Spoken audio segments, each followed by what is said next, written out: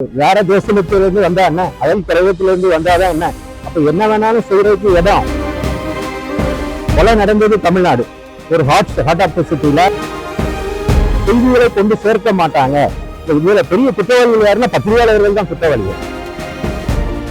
உதாரணமா சென்னையில ஒரு 3 கொடூர கொலை, குப்பைக்கிடங்குல இருந்து பணம் எடுக்கிற நிலைமை. கேட்டா கொலையாளிகள் தமிழ்நாட்டை சேர்ந்தவர்கள் இல்லை அப்படின்னு. இது ஒரு மேட்டரா? கொலை நடந்தது தமிழ்நாடு, ஒரு ஹார்ட் ஆஃப் த சிட்டில. போலீஸ் பாதுகாப்புள்ள ரோந்து சென்று கொண்டிருக்கிற இடத்துல ஒரு கொலையான பணத்தை எடுத்துட்டு போய் டிஸ்போஸ் பண்ண முடியுங்கிற எண்ணம். அவர் வேற தேசத்திலிருந்து வந்தா என்ன, அயல் கிரகத்திலிருந்து வந்தாதான் என்ன, அப்ப என்ன வேணாலும் செய்யறதுக்கு இடம், பாதுகாப்பற்ற இடம் தமிழ்நாடு அப்படின்னு அவங்க நினைக்கிற சூழ்நிலை உருவாகி இருக்குல்ல. இது சட்ட ஒழுங்கு சீர்கேட்டின் உச்சத்தை காட்டுகிறது. அது மாதிரி சென்னை ஒரு கல்லூரியில கேண்டீன்ல வேலை செஞ்ச பெண்ணுக்கு நேர்ந்த பாலியல் கொடூரம், அதுவும் பாதுகாப்பு இல்லாத நிலை. ஆக மொத்தத்துல யாருக்கும் பாதுகாப்பு இல்லாத நிலை, பத்திரிகையாளர்களுக்கு பாதுகாப்பு இல்லாத நிலை. எனவே இந்த அரசு வீட்டுக்கு போகணும்.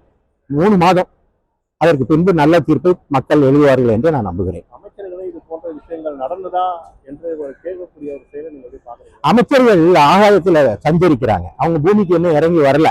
அவங்களுடைய நிலம், அவங்களுடைய எண்ணம், செயல் எல்லாம் எப்படியாவது ஏமாத்தி பொதுமக்களை ஏமாத்தி வாக்கு வாங்கிடலாம். செய்திகளை கொண்டு சேர்க்க மாட்டாங்க. இதுல பெரிய குற்றவாளிகள் யாருன்னா பத்திரிகையாளர்கள் தான் குற்றவாளிகள். கொலையே ஒருத்தன் செய்யறான், தப்பிச்சிடலான்னு எப்படி நினைக்கிறான்னா சட்டத்தில் உள்ள ஓட்டை பயன்படுத்துறான். இன்னொன்னு, நீதிமன்றங்கள் காவல்துறையின் மீது அவங்க வைத்திருக்கிற அவநம்பிக்கை, அதாவது அவங்க அண்டர் எஸ்டிமேஷன். போலீஸ் மேல பயம் இல்லை, எனவே அந்த செயல்கள் நடைபெறுகிறது. இப்போது கூட கரூர் விஷயத்துல உடனே எஃப்ஐஆர் போடுறதுல என்ன பிரச்சனை? நீதிமன்றங்கள் நிரூபித்துக் கொள்ளட்டுமே. இப்ப கொடுத்திருக்கிறதுல பழனியாண்டியோட பேர் இருக்கா இல்லையா சொல்லுங்க? எம்எல்ஏ பேர் இருக்கு, ஏன் என்ன எஃப்ஐஆர் போடல? என்ன விசாரணை?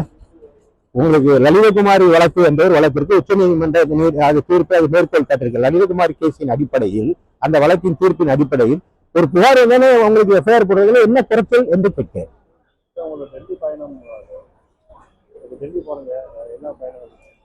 நாடாளுமன்ற கூட்டக்கூடலில் கலந்து கொள்ள செல்கிறேன். இது போன்ற விஷயங்கள் நாடாளுமன்றத்தின் கவனத்திற்கு நான் எடுத்து செல்வேன்.